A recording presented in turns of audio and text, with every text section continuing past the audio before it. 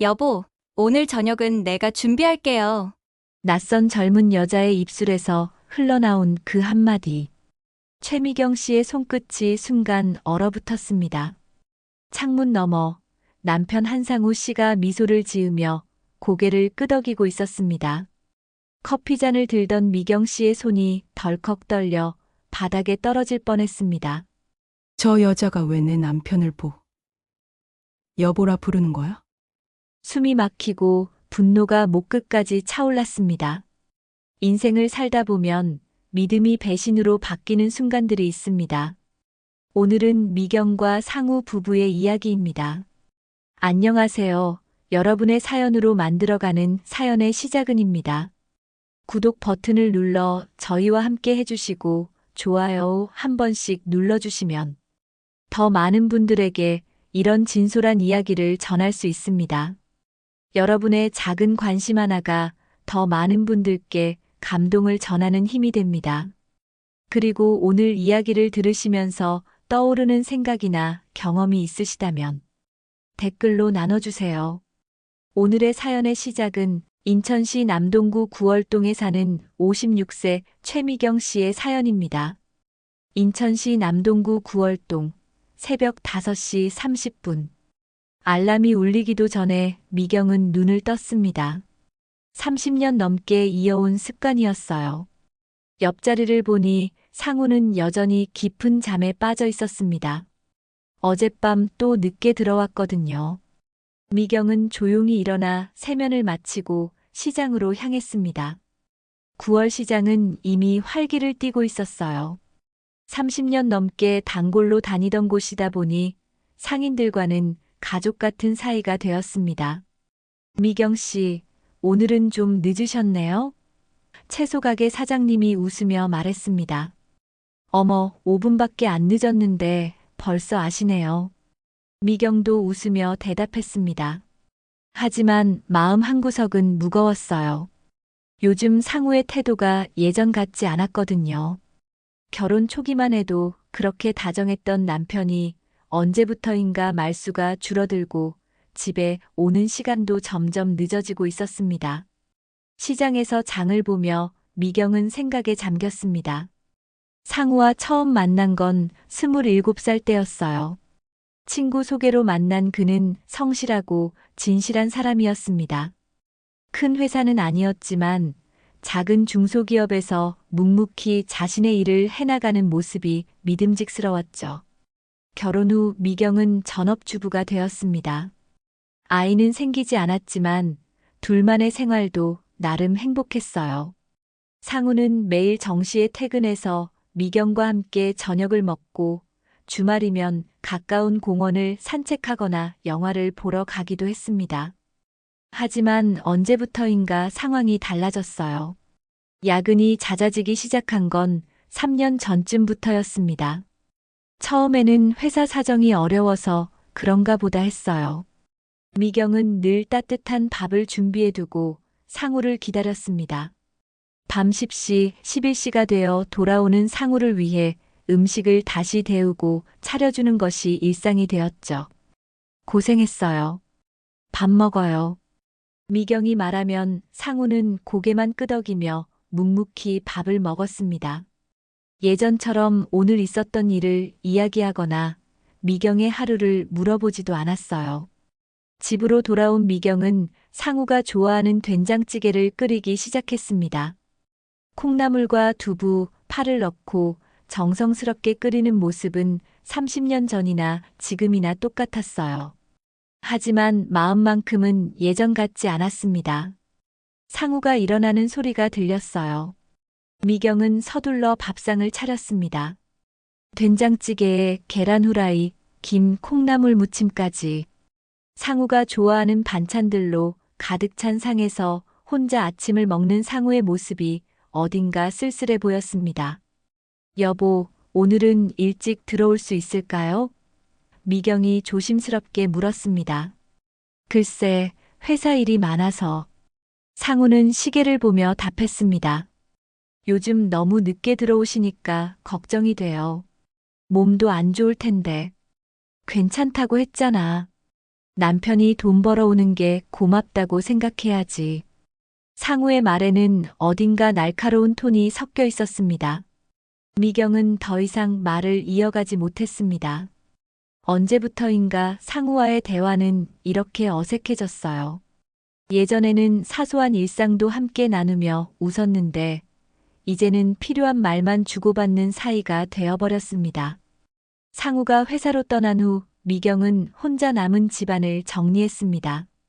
빨래를 널고 청소를 하며 하루를 보내는 것이 일상이었지만 요즘엔 왠지 모르게 공허함이 밀려왔어요.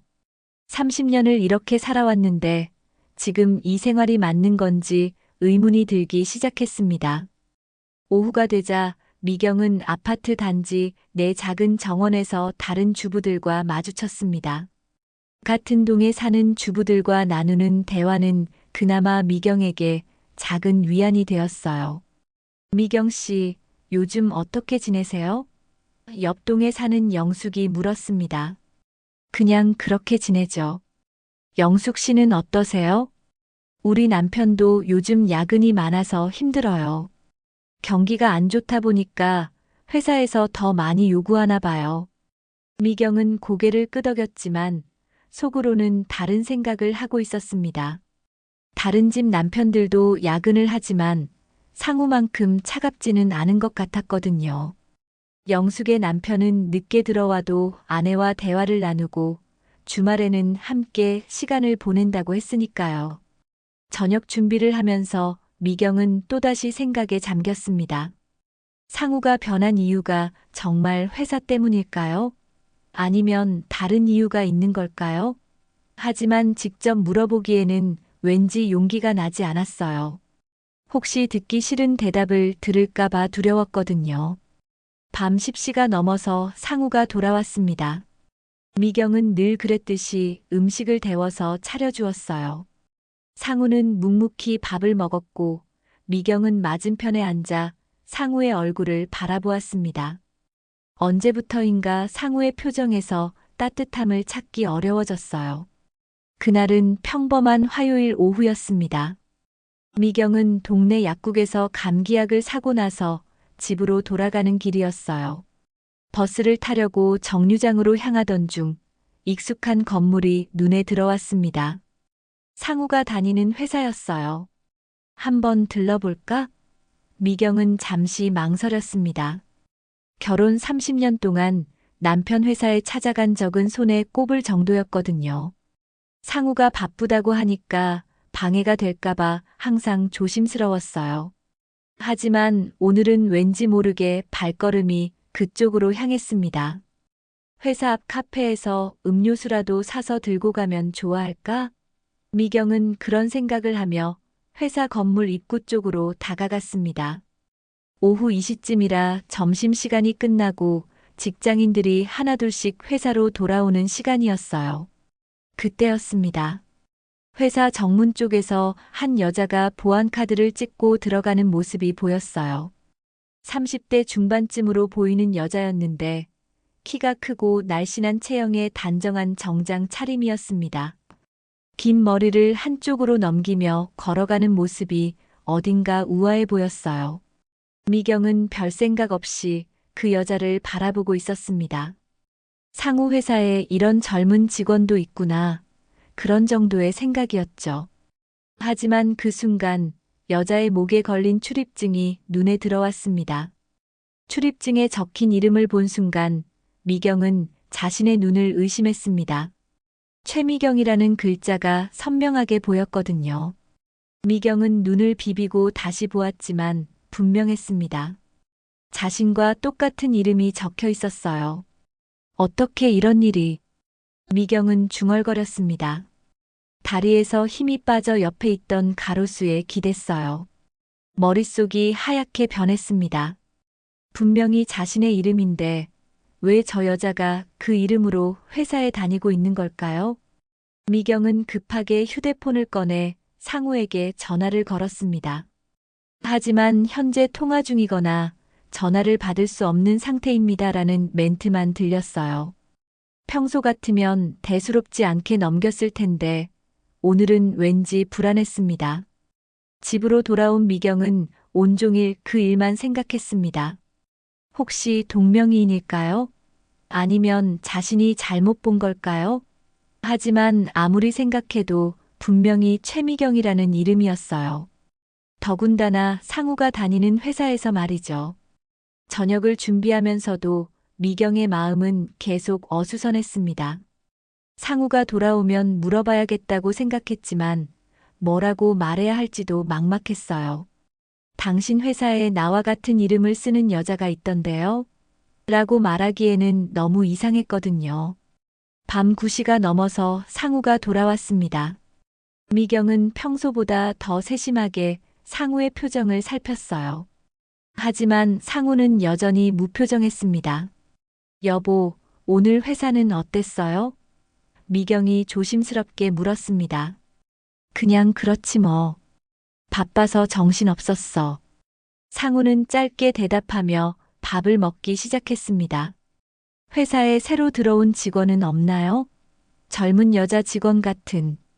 미경이 넌지시 물어보았습니다.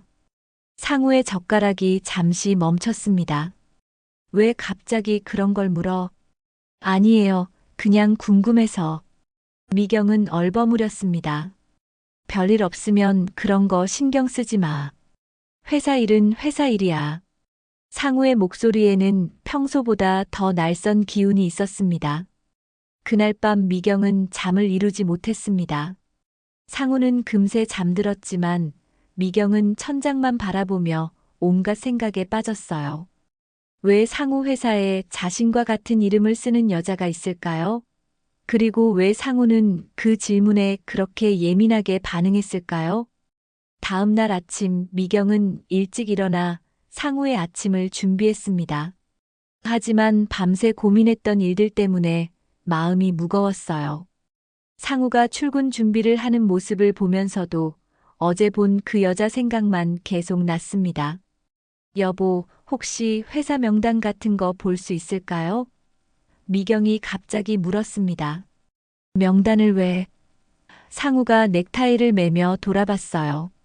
아니에요, 그냥. 당신이 어떤 분들과 함께 일하는지 궁금해서. 그런 건 알 필요 없어. 회사 일에 신경 쓰지 말라고 했잖아. 상우는 단호하게 말하며 현관문을 나섰습니다. 상우가 떠난 후 미경은 혼자 앉아 생각에 잠겼습니다. 30년을 함께 살아온 남편인데 왜 이렇게 벽을 치는 걸까요? 예전에는 회사 동료들 이야기도 가끔씩 해주었는데 언제부터인가 회사 이야기를 완전히 차단하기 시작했어요. 점심때가 되자 미경은 다시 상우 회사 근처로 가보기로 했습니다. 어제 본 것이 착각이었을 수도 있으니까 다시 한번 확인해보고 싶었거든요. 하지만 동시에 무서웠습니다. 만약 정말로 그런 여자가 있다면 그 다음에는 뭘 해야 할지 모르겠었어요. 회사 근처 카페에 앉아 창밖을 바라보던 미경은 점심시간이 되자 회사에서 나오는 직원들을 유심히 관찰했습니다. 그리고 얼마 후 어제 본 그 여자가 나타났어요. 오늘도 단정한 정장 차림에 자신감 있는 걸음걸이였습니다. 미경은 조용히 카페를 나와 그 여자의 뒤를 따라갔습니다. 가슴이 두근거렸지만 진실을 알고 싶었어요. 그 여자는 회사 근처 식당에 들어갔고 미경도 조심스럽게 같은 식당에 들어가 멀찍이 앉았습니다. 식당에서 그 여자는 다른 동료로 보이는 사람과 함께 식사를 하고 있었어요. 미경은 귀를 기울여 대화를 들어보려 했지만 거리가 너무 멀어서 명확하게 들리지 않았습니다. 다만 한 가지 확실한 건 그 여자가 상우와 같은 회사에 다니고 있다는 사실이었어요. 식사를 마친 그 여자가 카운터에서 계산을 할 때 미경은 드디어 확실한 증거를 보게 되었습니다. 계산하면서 꺼낸 지갑에서 떨어진 명함에 최미경이라는 이름과 상우 회사 이름이 선명하게 적혀 있었거든요. 그날 이후 미경은 매일 상우 회사 근처를 배회했습니다. 처음에는 우연의 일치일 거라고 생각했지만 며칠을 지켜본 결과 확실해졌어요. 그 젊은 여자는 정말로 최미경이라는 이름으로 회사에 다니고 있었습니다. 아침 8시 30분, 미경은 회사 맞은편 카페에 자리를 잡았습니다. 창가 자리에서 회사 입구를 한눈에 볼 수 있었거든요. 오전 9시쯤 되자 그 여자가 나타났어요. 오늘도 깔끔한 정장 차림에 자신감 넘치는 걸음걸이였습니다. 미경 씨, 어서 오세요. 회사 로비에서 경비원이 그 여자에게 인사를 건넸습니다. 미경은 그 말을 듣고 가슴이 철렁했어요. 정말로 회사 사람들이 그 여자를 미경이라고 부르고 있었거든요. 이게 어떻게 가능한 일일까요? 30년 넘게 전업주부로 살아온 자신이 언제 저 회사에 취직을 했다는 걸까요? 점심시간이 되자 미경은 그 여자의 뒤를 따라갔습니다. 그 여자는 동료 여직원 2명과 함께 회사 근처 한 식당으로 들어갔어요. 미경도 조심스럽게 같은 식당에 들어가 구석자리에 앉았습니다. 미경 씨, 요즘 팀장님이 많이 의존하시는 것 같아요. 동료 중 한 명이 말했습니다. 그런가요? 그냥 제가 할 일을 하는 것뿐인데. 그 여자가 겸손하게 대답했습니다. 아니에요. 정말 일 잘하시잖아요. 특히 기획 업무는 미경 씨가 최고예요. 미경은 그 대화를 들으며 더욱 혼란스러워졌습니다. 기획 업무라니요? 미경은 그런 일을 해본 적이 전혀 없었거든요. 평생 집안일만 하며 살아온 자신이 언제 회사 업무를 배웠다는 걸까요? 식사를 마치고 나온 그 여자는 근처 편의점에서 커피를 사며 점원과 자연스럽게 대화를 나눴습니다. 미경 씨, 오늘도 아메리카노 한 잔이죠? 점원이 친근하게 말했습니다. 네, 맞아요. 이제 제 취향을 다 외우셨네요. 그 여자가 웃으며 대답했습니다. 미경은 그 모습을 보며 소름이 돋았어요. 마치 그 여자가 오랫동안 이 동네에서 최미경이라는 이름으로 살아온 것처럼 보였거든요. 모든 사람들이 당연하게 받아들이고 있었습니다. 오후 2시쯤 미경은 용기를 내어 상우 회사 인사팀을 찾아가기로 했습니다. 정면으로 들어가기는 어려우니까 전화로 문의해보기로 했어요. 안녕하세요, 인사팀입니다. 안녕하세요. 혹시 그쪽 회사에 최미경이라는 직원이 있는지 확인하고 싶은데요. 최미경 씨요? 네, 있습니다. 기획팀 대리로 근무하고 계세요. 미경은 숨이 막혔습니다. 혹시 그분이 언제부터 다니셨는지 알 수 있을까요? 죄송하지만 개인정보라서 자세한 내용은 말씀드리기 어려워요. 혹시 본인이신가요? 아니에요. 잘못 걸었네요. 미경은 서둘러 전화를 끊었습니다.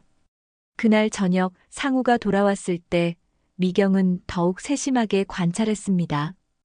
혹시 상우가 그 여자와 관련된 말을 하지 않을까 싶어서였어요.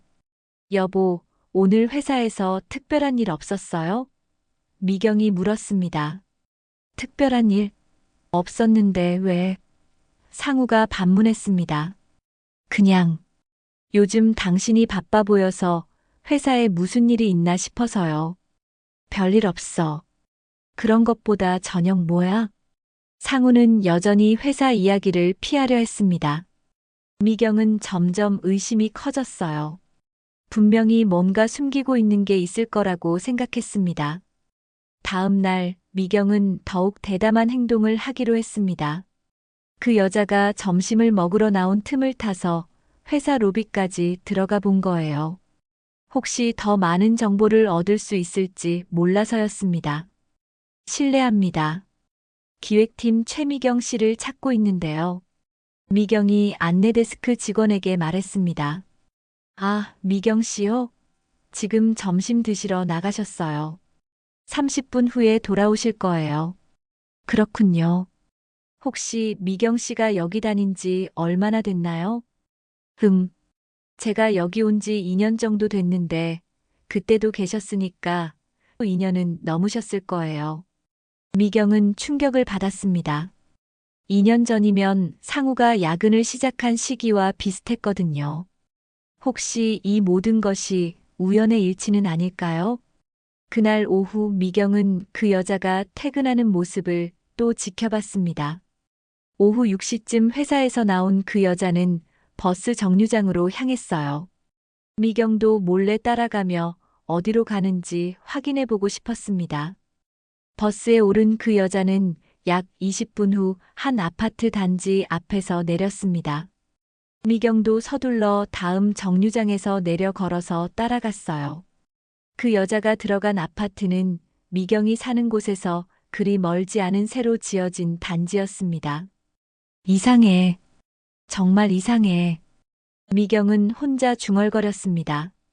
집으로 돌아온 미경은 온종일 있었던 일을 정리해 봤습니다.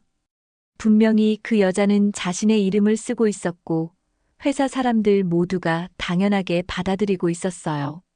마치 원래부터 그 여자가 최미경이었던 것처럼 말이죠. 그런데 가장 이상한 건 상우의 반응이었습니다. 회사 이야기만 나오면 회피하려 하고 특히 여직원에 대한 질문에는 더욱 예민하게 반응했어요. 혹시 상우가 이 모든 일과 관련이 있는 걸까요? 밤늦게 상우가 돌아왔을 때 미경은 마지막으로 한 번 더 시도해 봤습니다. 여보, 혹시 회사에 기획팀이 있나요? 상우의 움직임이 순간 멈췄습니다. 기획팀? 왜 갑자기 그런 걸 물어? 아니에요. 그냥 궁금해서. 당신이 어떤 부서와 협업하는지 알고 싶었어요. 그런 거 알 필요 없다고 했잖아. 자꾸 회사 일에 관심 가지지 마. 상우의 목소리에는 평소보다 더 강한 경계심이 들어 있었습니다. 미경은 확신했어요. 분명히 뭔가 숨기고 있는 게 있다고. 그날 밤 미경은 잠들기 전까지 계속 생각했습니다. 누군가 자신의 이름을 도용하고 있고 남편은 그것과 관련된 뭔가를 숨기고 있다는 확신이 들었어요. 하지만 어떻게 해야 진실을 알아낼 수 있을까요? 내일은 더 적극적으로 행동해 봐야겠다고 다짐하며 미경은 눈을 감았습니다. 30년간의 평범한 주부 생활이 하루아침에 흔들리기 시작한 거예요. 며칠 동안 그 여자를 관찰한 미경은 더 이상 참을 수 없었습니다. 진실을 알아야겠다는 생각이 간절해졌어요. 그날 저녁 상우가 평소보다 일찍 들어왔을 때 미경은 용기를 냈습니다. 상우는 거실 소파에 앉아 텔레비전을 보고 있었어요. 미경은 차를 한 잔 타서 상우 옆에 놓고 조심스럽게 입을 열었습니다. 여보, 물어볼 게 하나 있어요. 뭔데? 상우는 시선을 텔레비전에서 떼지 않고 대답했습니다. 미경은 심호흡을 하며 말했어요. 혹시 회사에 나랑 같은 이름 가진 사람 있어요? 그 순간 상우의 손이 멈췄습니다. 차를 들려던 손이 공중에 그대로 멈춰 있었어요. 미경은 그 반응을 놓치지 않았습니다. 왜 갑자기 그런 걸 물어? 상우의 목소리에는 경계심이 묻어 있었습니다. 그냥 궁금해서요. 최미경이라는 이름이 흔한 이름인가 싶어서. 상우는 숟가락을 탁 소리가 나게 테이블에 내려놓았습니다. 쓸데없는 소리 좀 하지 마. 요즘 왜 그렇게 예민해? 예민한 게 아니라 궁금한 거예요. 답해주면 안 돼요? 그런 거 알아서 뭐 해? 회사 일은 회사 일이라고 몇 번을 말해야 알아듣겠어? 상우의 목소리가 점점 거칠어졌습니다. 미경은 상우의 반응이 이상하다고 생각했어요. 단순한 질문인데 왜 이렇게 화를 낼까요? 뭔가 숨기는 게 분명했습니다. 그냥 간단한 질문인데 왜 그렇게 화를 내세요? 화내는 게 아니야. 그냥 피곤해서 그래. 요즘 회사 일이 너무 많아서 집에서까지 회사 얘기 듣기 싫거든. 상우는 그렇게 말하며 방으로 들어가 버렸습니다. 미경은 혼자 거실에 남아 생각에 잠겼어요. 분명히 뭔가 이상했습니다. 30년을 함께 살면서 상우가 이렇게 예민하게 반응하는 걸 본 적이 거의 없었거든요. 그날 밤 미경은 잠을 이루지 못했습니다. 상우의 반응이 계속 머릿속에 맴돌았어요. 옆에서 자고 있는 상우를 바라보며 이런 생각이 들었습니다. 내가 30년 동안 함께 살아온 이 사람을 정말 알고 있는 걸까? 다음 날 아침 상우는 평소보다 일찍 나갔습니다. 인사도 제대로 하지 않고 서둘러 집을 나서는 모습이 어딘가 어색했어요. 미경은 상우가 나간 후 또다시 회사 근처로 향했습니다. 이번에는 더 확실한 증거를 찾고 싶었거든요. 오전 10시쯤 미경은 회사 근처 카페에서 대기하고 있었습니다. 그 여자가 나타나기를 기다리면서 계속 생각했어요. 도대체 이 모든 상황이 뭘까? 누군가 자신의 신분을 도용하고 있는 건가? 아니면 더 복잡한 일이 벌어지고 있는 건가? 점심시간이 되자 그 여자가 나타났습니다. 오늘도 단정한 옷차림에 자신감 있는 걸음걸이였어요. 미경은 그 여자의 뒤를 따라가며 어디로 가는지 지켜봤습니다. 그런데 그 여자는 평소와 다른 곳으로 향했어요. 회사 근처 식당이 아니라 조금 떨어진 곳에 있는 작은 다방으로 들어갔습니다. 미경은 이상하다고 생각하며 다방 창문 너머로 안을 들여다봤어요. 그 순간 미경의 심장이 멈추는 것 같았습니다. 다방 안쪽 구석자리에 상우가 앉아 있었거든요. 그리고 그 앞에는 그 여자가 앉아 있었습니다. 미경은 다리에 힘이 빠져 건물 벽에 기댔어요. 숨이 막혔습니다. 30년 넘게 함께 산 남편이 다른 여자와 다정하게 앉아 있는 모습을 보고 있다니요. 조심스럽게 다방 안을 들여다본 미경은 더 큰 충격을 받았습니다. 상우와 그 여자가 서로를 보며 웃고 있었거든요. 그리고 상우가 그 여자의 손을 잡는 모습까지 보였어요. 여보, 오늘 기분이 어때? 상우의 목소리가 창문 너머로 들려왔습니다. 미경은 그 말을 듣고 온몸이 떨렸어요. 여보라고? 상우가 다른 여자를 여보라고 부르고 있다니요. 미경의 눈에서 눈물이 쏟아지기 시작했습니다. 나도 좋아요. 당신과 함께 있으면 항상 행복해요. 그 여자의 목소리도 들려왔습니다. 미경은 더 이상 견딜 수 없었어요. 서둘러 그 자리를 떠났습니다. 머릿속이 하얗게 변했고 걸음걸이도 휘청거렸어요. 30년 결혼 생활이 무너지는 소리가 들리는 것 같았습니다. 집으로 돌아온 미경은 소파에 주저앉아 울기 시작했습니다. 모든 퍼즐이 맞춰지기 시작했어요. 상우의 잦은 야근, 차가워진 태도, 회사 이야기를 피하는 것, 그리고 자신과 같은 이름을 쓰는 여자의 존재. 모든 것이 연결되어 있었습니다. 그럼 그동안 나는 뭐였던 거지? 미경은 혼자 중얼거렸습니다. 30년 동안 성실하게 남편을 뒷바라지하며 살아온 자신은 무엇이었을까요? 매일 새벽에 일어나 시장을 보고 정성스럽게 밥을 해주고 늦게 들어오는 남편을 기다리며 살아온 세월이 의미 없는 것이었을까요? 오후 내내 미경은 울었습니다. 분노와 슬픔, 배신감이 동시에 밀려왔어요. 그리고 무엇보다 자신이 바보 같다는 생각이 들었습니다. 어떻게 이런 일을 전혀 눈치채지 못했을까요? 저녁이 되어 상우가 돌아왔을 때 미경은 아무 일 없었던 것처럼 저녁을 차려놓고 기다리고 있었습니다. 하지만 속마음은 복잡했어요. 바로 따져 묻고 싶었지만 어떻게 말해야 할지 막막했거든요. 오늘 일찍 들어오셨네요. 미경이 말했습니다. 응, 오늘은 별로 할 일이 없어서. 상우는 자연스럽게 대답했습니다. 미경은 그 대답을 듣고 속이 더욱 쓰라렸어요. 거짓말을 이렇게 태연하게 할 수 있다니요. 분명히 다른 여자와 만났으면서 할 일이 없었다고 하다니. 여보, 점심은 어디서 드셨어요? 상우의 젓가락이 순간 멈췄습니다. 점심? 그냥 회사 근처에서. 어디서요? 구체적으로 어디서 드셨는지 궁금해서요. 왜 갑자기 그런 걸 자세히 물어? 그냥 식당에서 먹었어. 상우의 목소리에 짜증이 섞이기 시작했습니다. 미경은 더 이상 참을 수 없었어요. 카페에서 드셨죠? 그 순간 상우의 얼굴이 굳었습니다. 뭐라고? 오늘 점심에 다방에서 여자와 만나셨잖아요. 그 여자를 여보라고 부르시면서 상우는 숟가락을 떨어뜨렸습니다.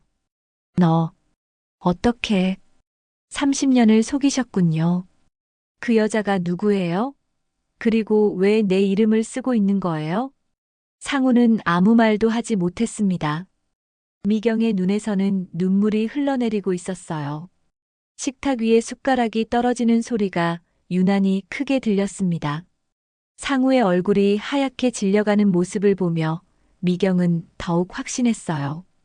분명히 큰 비밀을 숨기고 있다는 것을. 말해봐요. 도대체 뭔 일이에요? 미경의 목소리는 떨리고 있었지만 단호했습니다. 상우는 한참 동안 아무 말도 하지 못했어요. 손을 떨며 물잔을 집어들었다가 다시 내려놓기를 반복했습니다.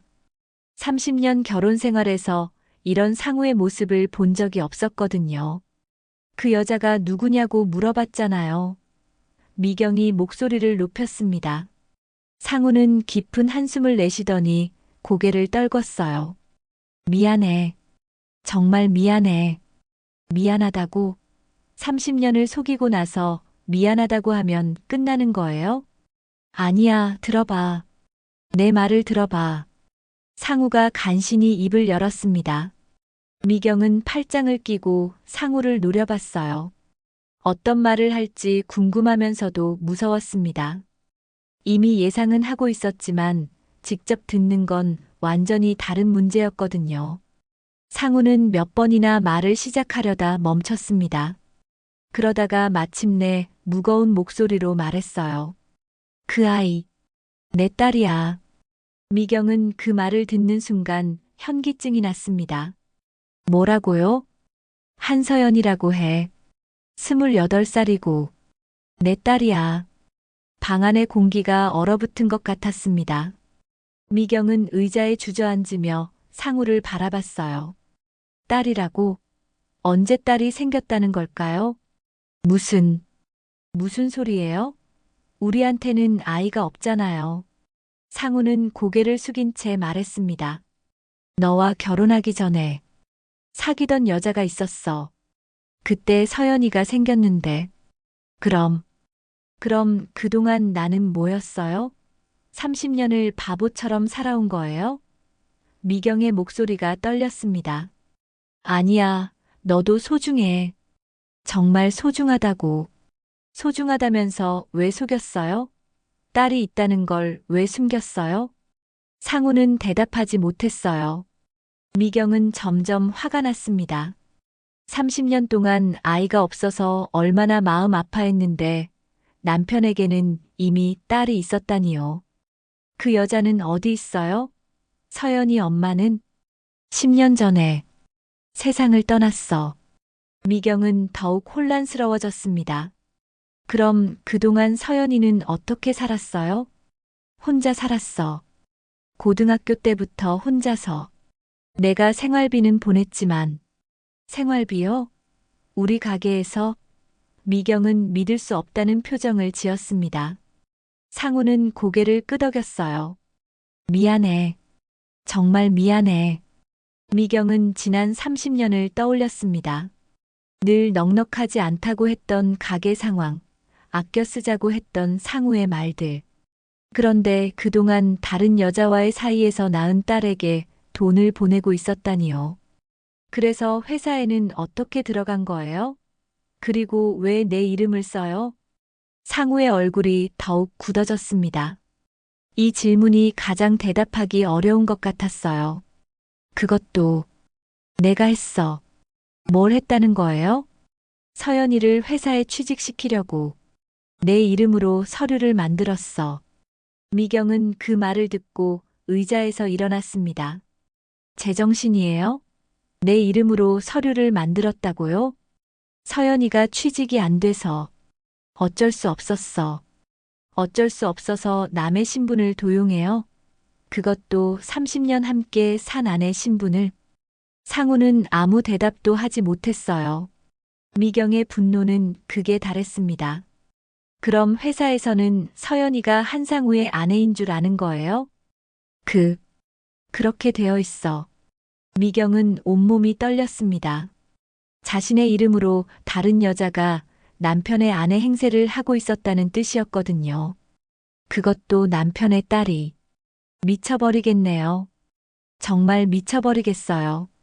미경이 머리를 감쌌습니다. 미경아, 진정해. 설명할게.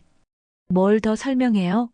30년 동안 나를 속이고 딸 뒷바라지하면서 내 이름까지 도용했는데 뭘 더 설명한다는 거예요? 상우는 일어나서 미경에게 다가가려 했지만 미경은 손을 내저으며 물러났어요. 가까이 오지 마세요. 역겨워요. 미경아. 그래서 요즘 그렇게 차가웠던 거예요? 진짜 아내가 따로 있으니까 나는 귀찮았던 거죠? 그런 게 아니야. 서연이는 내 딸일 뿐이야. 딸이라고 해서 다른 여자를 여보라고 불러요? 손까지 잡으면서. 상우가 당황하는 모습을 보며 미경은 더욱 확신했어요. 분명히 단순한 부녀 관계가 아니라는 것을. 그건 회사 사람들 앞에서 연기를 해야 해서. 연기요? 30년 아내 앞에서도 연기하셨잖아요. 이제 와서 연기가 뭐가 어려워요? 미경은 더 이상 참을 수 없었어요.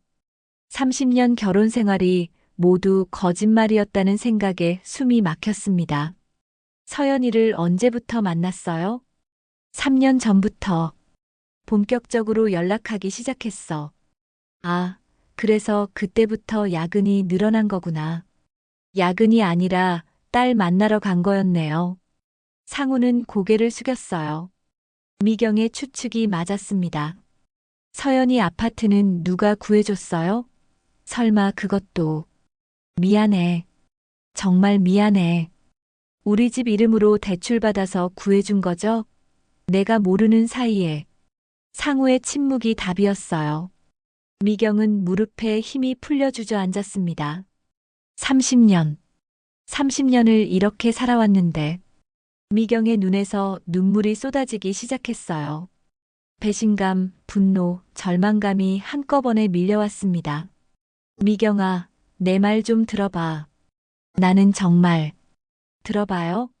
뭘 더 들어요? 30년 동안 속여놓고 이제 와서 무슨 변명을 하겠다는 거예요? 상우는 아무 말도 할 수 없었어요. 미경은 소파에 앉아 계속 울었습니다. 그럼 앞으로 어떻게 할 거예요? 계속 이렇게 살 건가요? 미경아, 나는 어떡하라는 거예요? 남편은 딸과 함께 행복하게 살고 나는 그냥 집에서 밥만 해주는 사람으로 살라는 거예요? 상우는 대답하지 못했어요. 사실 그동안 미경의 마음을 제대로 생각해 본 적이 없었거든요. 미안해. 정말 미안해. 다른 방법이 없었어. 다른 방법이 없었다고요? 진작에 말했으면 됐잖아요. 30년 전에 말했으면 됐잖아요. 그날 밤 미경과 상우는 같은 침대에 누웠지만 서로 등을 돌리고 잤습니다. 미경은 밤새 울면서 생각했어요. 앞으로 어떻게 살아야 할까?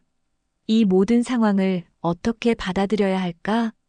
30년 결혼 생활이 하루아침에 무너진 기분이었습니다. 그동안 자신이 알고 있던 상우는 가면을 쓰고 있었던 거예요. 진짜 상우는 누구일까요? 충격적인 진실을 알게 된 후 사흘이 지났습니다. 미경은 그동안 제대로 잠도 자지 못했고 밥도 목에 넘어가지 않았어요. 상우와는 최소한의 대화만 나누며 지내고 있었습니다. 상우 역시 미경의 차가운 시선을 견디지 못하는 듯 더욱 일찍 출근하고 늦게 들어왔어요. 그날 오전 상우가 회사에 간 후 미경은 혼자 집에 앉아 생각에 잠겼습니다. 30년 동안 성실하게 살아온 자신의 인생이 하루아침에 무너진 기분이었어요. 하지만 계속 이렇게 주저앉아 있을 수는 없었습니다. 이대로 당할 순 없어. 미경은 중얼거리며 일어났습니다. 먼저 상우가 어떤 식으로 자신의 이름을 도용했는지 정확히 알아야겠다고 생각했어요. 증거를 찾아야 했습니다. 30년 동안 함께 살았으니 상우가 중요한 서류를 어디에 보관하는지는 알고 있었거든요. 미경은 방으로 들어가 상우의 장롱을 열었습니다. 맨 아래 서랍에는 통장과 중요한 서류들이 들어 있었어요. 평소에는 관심을 두지 않았던 곳이었지만 오늘은 달랐습니다. 서랍을 열자마자 미경은 놀란 것들을 발견했어요. 자신이 전혀 모르는 통장이 여러 개 있었거든요. 통장 이름은 분명히 최미경이었지만 미경이 만든 적이 없는 계좌들이었습니다. 이게 뭐지? 미경은 통장을 펼쳐보았습니다. 첫 번째 통장에는 매월 일정한 금액이 빠져나가고 있었어요. 금액을 보니 50만 원씩 매월 이체되고 있었습니다. 이체 대상은 한서연이었어요. 미경의 심장이 다시 한번 빠르게 뛰기 시작했습니다. 두 번째 통장은 더욱 충격적이었습니다. 3년 전 한 번에 5천만 원이 입금된 후 그 돈이 조금씩 빠져나가고 있었어요.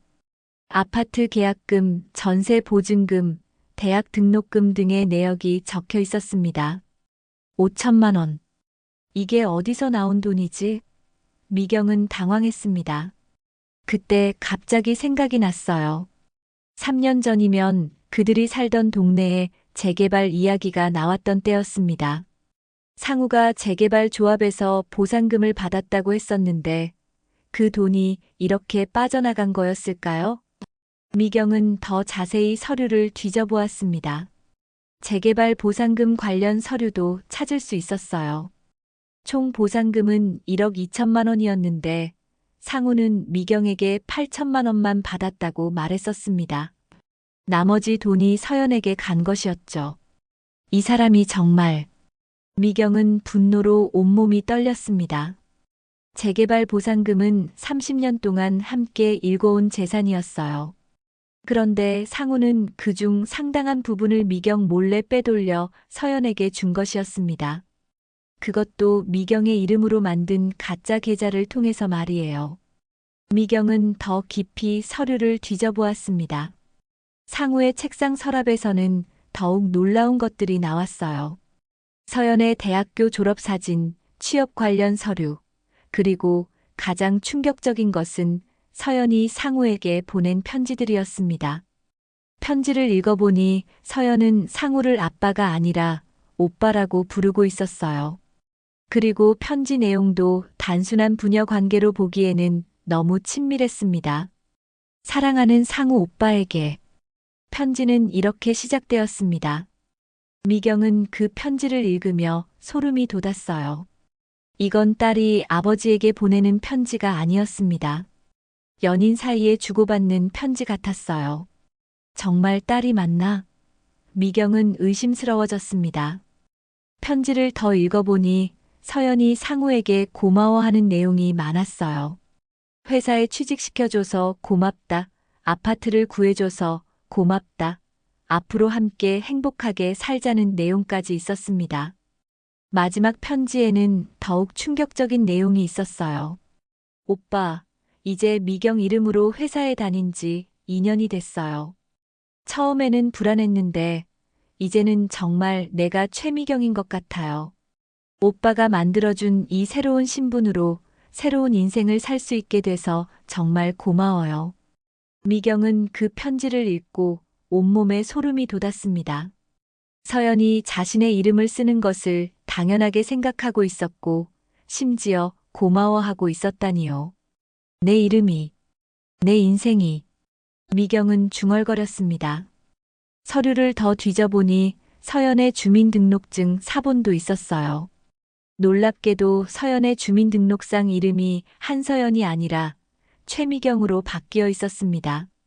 생년월일도 미경의 것과 똑같았어요. 이게 어떻게 가능한 거야? 미경은 믿을 수 없었습니다. 상우가 단순히 회사 서류만 조작한 게 아니라 아예 호적을 바꿔버린 것이었어요. 서연이 법적으로도 최미경이 된 거였습니다. 미경은 더욱 자세히 살펴봤습니다. 호적 변경 서류를 보니 3년 전에 모든 작업이 이뤄졌더군요. 상우가 어떤 식으로 이런 일을 했는지는 정확히 모르겠지만 분명히 불법적인 방법을 썼을 거예요. 그럼 지금 세상에는 최미경이 2명인 거네. 미경은 상황을 정리해 봤습니다. 법적으로는 서연이 최미경이고 실제로는 자신이 최미경인 상황. 이런 일이 어떻게 가능한지 이해할 수 없었어요. 미경은 모든 서류와 통장을 사진으로 찍어 증거를 남겼습니다.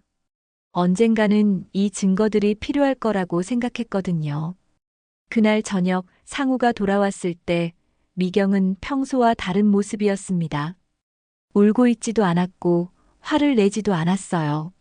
오히려 차분하고 냉정한 모습이었습니다.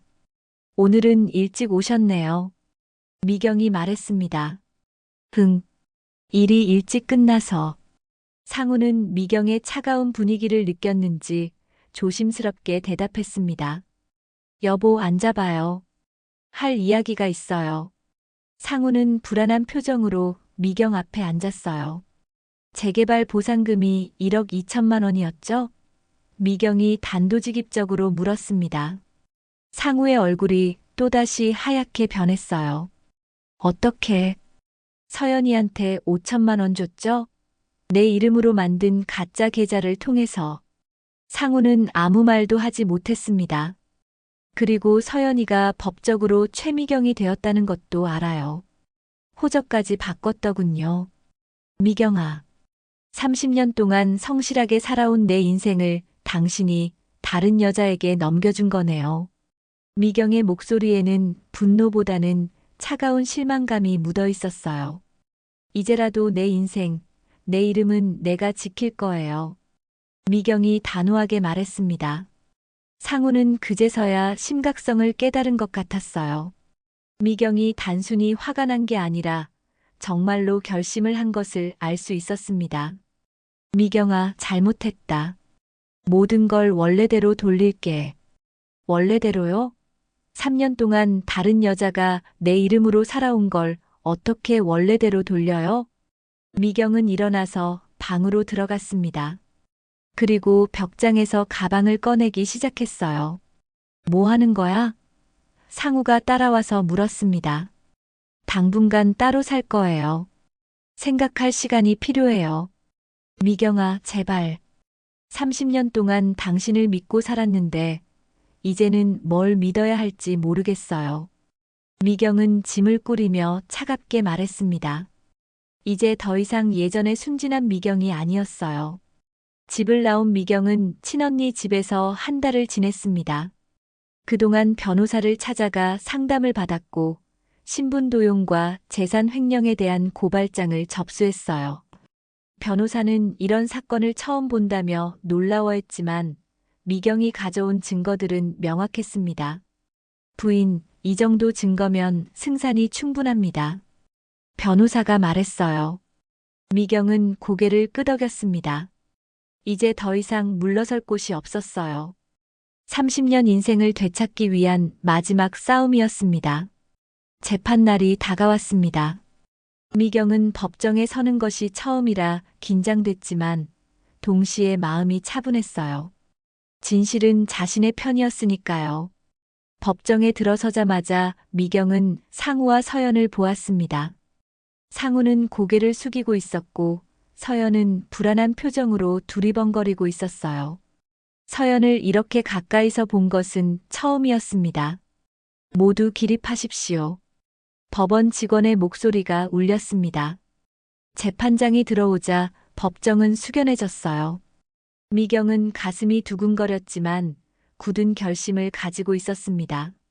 신분 도용 및 재산 횡령 사건을 시작하겠습니다. 재판장이 말했습니다. 먼저 검사가 사건의 개요를 설명했어요.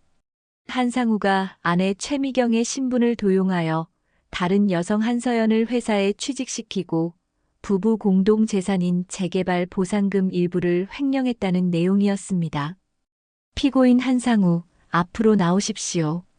재판장이 지시했습니다. 상우는 떨리는 발걸음으로 앞으로 나갔어요. 평소에 당당한 모습은 온데간데 없고 작아 보이기만 했습니다. 피고인은 혐의 사실을 인정합니까? 재판장이 물었습니다. 상우는 한참 동안 말하지 못했어요. 그러다가 작은 목소리로 대답했습니다. 인정합니다. 법정 안이 술렁였습니다. 미경은 상우를 바라보며 복잡한 심경이었어요. 30년을 함께 산 남편이 이렇게 초라한 모습으로 서 있다니. 그럼 구체적인 경위를 설명해 보십시오. 상우는 떨리는 목소리로 말하기 시작했습니다. 서연이는 제 딸입니다. 하지만 혼외관계에서 태어났고 그동안 숨기고 있었습니다. 계속하십시오. 서연이 어머니가 돌아가신 후 제가 서연이를 돌봐야 했습니다. 그런데 서연이가 취직이 안 돼서 제 회사에 넣으려고 했는데 상우의 목소리가 점점 작아졌어요. 아내 이름을 도용한 이유는 무엇입니까? 회사 내부 규정상 임직원 가족을 우선 채용하는 제도가 있었습니다. 그래서 서연이를 제 아내로 만들면 쉽게 취직시킬 수 있을 거라고 생각했습니다. 미경은 그 말을 듣고 분노가 치밀었어요. 자신의 신분을 이용해서 다른 여자를 취직시키다니. 재산 횡령은 어떻게 이루어졌습니까? 재개발 보상금 중 일부를 서연이 생활비와 아파트 보증금으로 사용했습니다. 아내 이름으로 계좌를 만들어서 상우는 더 이상 말을 잇지 못했어요. 법정 안은 조용했습니다. 이번에는 미경이 증인석에 나섰습니다. 변호사의 질문에 차근차근 대답했어요. 30년 결혼 생활 동안 남편이 딸이 있다는 사실을 전혀 몰랐습니까? 네, 전혀 몰랐습니다. 그리고 재개발 보상금도 전액을 알려주지 않았어요. 본인 명의로 된 계좌들을 본인이 만든 적이 있습니까? 없습니다. 모두 남편이 제 동의 없이 만든 것들입니다. 미경의 증언이 끝나고 이번에는 서연이 증인석에 나섰습니다. 서연은 눈에 눈물을 가득 담고 있었어요. 증인은 한상우와 어떤 관계입니까? 검사가 물었습니다.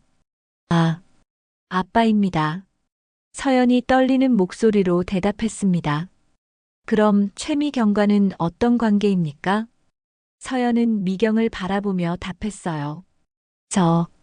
저는 아빠가 시킨 대로 했을 뿐이에요. 본인이 다른 사람의 이름을 도용해서 회사에 다닌다는 사실을 알고 있었습니까? 네, 알고 있었습니다. 하지만 아빠가 그래야 한다고 해서. 서연의 목소리가 점점 커졌습니다. 전 정말 아무것도 모르고 아빠가 시킨 대로 했을 뿐이에요. 그때 서연이 갑자기 미경을 향해 소리쳤습니다. 엄마, 전 잘못한 게 없어요. 아빠가 시킨 대로 했을 뿐이라고요. 법정 안이 순간 조용해졌습니다. 모든 사람들이 서연을 바라봤어요. 서연은 미경을 엄마라고 부르며 울고 있었습니다. 미경은 천천히 일어났습니다.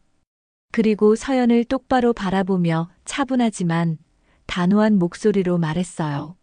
난 내 엄마가 아니야. 법정 안이 더욱 조용해졌습니다. 미경은 계속 말했습니다. 내 이름은, 내 인생은 내 것이야. 내가 함부로 쓸 수 있는 게 아니라고. 서연은 그 말을 듣고 더욱 울기 시작했어요. 상우는 머리를 숙인 채 아무 말도 하지 못했습니다. 30년 동안 성실하게 살아온 내 인생을 당신들이 마음대로 가져갈 수는 없어요. 미경이 계속 말했습니다. 재판장이 질서를 잡았습니다. 증인은 자리로 돌아가십시오. 미경은 자리로 돌아갔지만 법정 안의 분위기는 완전히 바뀌었어요. 모든 사람들이 이 사건의 심각성을 깨닫기 시작했습니다. 변호사는 최종 변론에서 말했습니다. 재판장님, 이 사건은 단순한 신분 도용이나 재산 횡령이 아닙니다. 한 여성의 30년 인생을 송두리째 부정한 사건입니다. 피해자 최미경 씨는 자신도 모르는 사이에 다른 사람이 되어버렸고 자신의 재산마저 빼앗겼습니다. 상우의 변호사는 선처를 호소했지만 사건의 중대성을 부인할 수는 없었어요. 재판장이 말했습니다. 이 사건은 우리 사회의 근간인 신분제도와 재산권을 심각하게 침해한 사안입니다. 심도 있는 검토 후 판결을 내리겠습니다. 법정을 나서며 미경은 상우와 서연을 마지막으로 바라봤습니다. 상우는 여전히 고개를 숙이고 있었고 서연은 울면서 상우에게 매달리고 있었어요. 미경은 더 이상 그들에게 분노하지 않았습니다. 대신 자신의 인생을 되찾았다는 안도감이 들었어요. 비로소 진짜 최미경으로 살아갈 수 있게 된 거였습니다. 판결이 나온 지 6개월이 지났습니다. 상우는 징역 2년에 집행유예 3년을 선고받았고 서연은 신분도용 방조죄로 벌금형을 받았어요. 더 중요한 건 미경의 신분이 완전히 회복되었다는 사실이었습니다. 상우는 회사에서 징계해고당했습니다. 30년 넘게 다니던 직장에서 쫓겨난 거예요. 동료들 사이에서도 신뢰를 완전히 잃었고 새로운 직장을 구하는 것도 쉽지 않았습니다. 결국 상우는 고향으로 내려가 작은 일용직으로 생계를 이어가고 있다고 들었어요. 서연은 회사에서 당연히 해고됐습니다. 그동안 최미경이라는 이름으로 쌓아온 경력도 모두 무효가 되었어요. 새로운 직장을 찾기도 어려웠습니다. 신분도용 전과자라는 딱지가 붙었으니까요. 서연은 결국 다른 지역으로 이사를 가서 새로운 삶을 시작한다고 했습니다. 미경은 이혼 절차를 밟았습니다. 30년 결혼 생활이 끝나는 순간이었어요. 슬프기도 했지만 동시에 홀가분한 기분이었습니다. 이제야 진짜 자신의 인생을 살 수 있게 된 거였으니까요. 재산 분할 과정에서 미경은 집과 나머지 재개발 보상금을 받았습니다. 상우가 빼돌린 5천만 원도 돌려받았어요.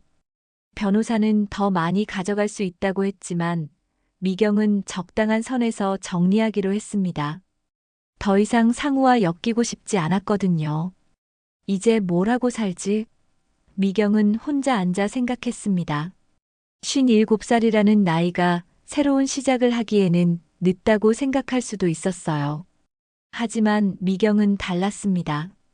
30년 동안 억눌려 있던 에너지가 이제야 분출되는 기분이었거든요. 미경이 가장 잘하는 것은 요리였습니다. 30년 동안 매일 해온 일이었으니까요. 그리고 사람들이 맛있게 먹는 모습을 보는 게 좋았어요. 상우만을 위해서 했던 요리를 이제는 더 많은 사람들을 위해서 할 수 있다면 어떨까 하는 생각이 들었습니다. 분식집을 해볼까? 미경은 중얼거렸습니다. 집 근처에 괜찮은 상가가 하나 있었어요. 오랫동안 비어있던 곳이라 임대료도 저렴했습니다. 미경은 그 건물주를 찾아가서 상담을 받아봤어요. 분식집이요? 좋은 아이템인데요. 이 근처에 직장인들도 많고 학생들도 많아서 장사가 잘 될 것 같은데요. 건물주가 말했습니다. 미경은 용기를 냈습니다. 한번 해보겠습니다. 계약을 하고 나서 미경은 본격적으로 준비에 들어갔어요. 인테리어는 간단하게 하기로 했습니다. 깔끔하고 따뜻한 느낌으로 꾸몄어요. 메뉴는 김밥, 떡볶이, 순대, 어묵 등 기본적인 분식류로 정했습니다. 가장 중요한 건 간판이었어요. 미경은 간판업체 사장에게 말했습니다. 간판에 최미경 분식이라고 써주세요. 글자는 좀 크게 해주시고요. 최미경 분식이요? 사장님 성함이 최미경이신가 보네요.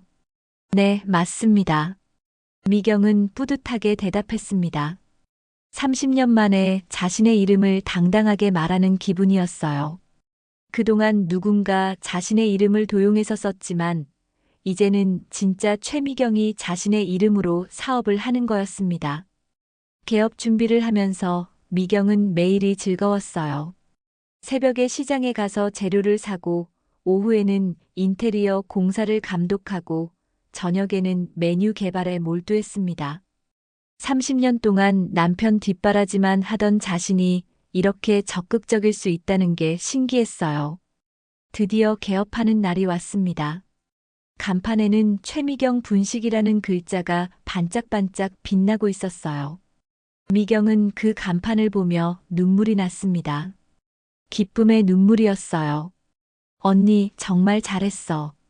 친언니가 꽃다발을 들고 왔습니다. 고마워, 언니. 언니 덕분에 여기까지 왔어. 뭘 다 내가 한 거야. 나는 그냥 곁에서 응원했을 뿐이고. 개업 첫날, 손님이 많이 오지는 않았어요. 하지만 미경은 상관없었습니다. 천천히 입소문이 나면 되는 거였으니까요. 첫 번째 손님은 근처 사무실에서 일하는 직장인이었어요. 김밥 2줄하고 떡볶이 하나 주세요. 네, 잠시만 기다려주세요. 미경은 정성스럽게 김밥을 만들었습니다. 손님이 한 입 먹더니 눈이 휘둥그레졌어요. 우와, 정말 맛있네요. 김밥 속이 이렇게 꽉 차 있는 곳은 처음 봐요. 미경은 뿌듯했습니다. 30년 동안 갈고 닦은 요리 실력이 드디어 인정받는 순간이었어요. 사장님, 여기 언제 오픈했어요? 오늘이 첫날이에요. 아, 그래요? 그럼 단골이 되겠어요. 맛이 너무 좋아서요. 그 손님은 정말로 단골이 되었어요. 그리고 동료들에게도 소개해줘서 점점 손님이 늘어나기 시작했습니다. 한 달이 지나자 미경의 분식집은 근처에서 소문난 맛집이 되었어요. 특히 김밥과 떡볶이가 인기였습니다. 미경만의 특별한 레시피가 있었거든요. 사장님, 비결이 뭐예요? 다른 곳과 맛이 확실히 달라요. 단골 손님이 물었습니다. 비결이요? 그냥 정성스럽게 만드는 거예요. 마음을 담아서 만들면 맛도 달라져요. 미경은 정말로 마음을 담아서 요리했습니다.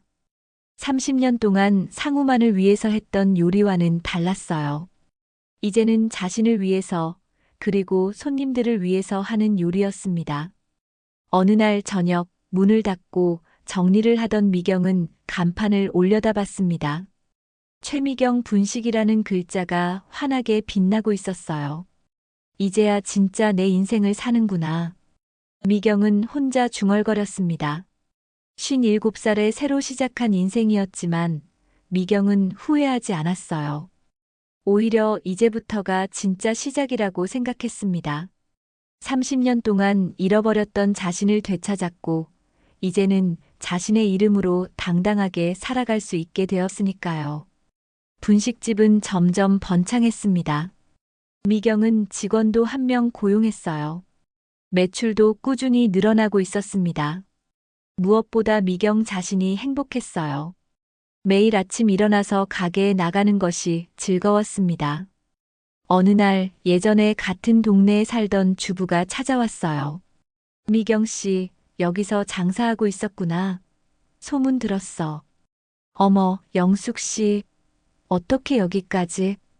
분식집 한다고 해서 궁금해서 왔지. 정말 대단해. 이 나이에 새로 사업을 시작하다니. 뭐가 대단해. 그냥 살아가는 거지. 아니야, 정말 대단한 거야. 나 같으면 엄두도 못 냈을 거야. 미경은 그 말을 들으며 뿌듯했습니다. 정말로 대단한 일을 해낸 것 같았어요. 저녁에 가게 문을 닫고 집으로 돌아가는 길 미경은 하늘을 올려다봤습니다. 별이 유난히 밝게 빛나고 있었어요. 엄마, 딸 잘 살고 있어요. 미경은 하늘에 있을 어머니에게 말했습니다. 30년 동안 숨어 살았던 최미경이 이제야 세상에 나온 거였어요. 최미경 분식 간판 아래서 미경은 마침내 자신의 이름과 삶을 되찾았습니다. 그리고 이제부터가 진짜 최미경의 인생이 시작되는 거였어요.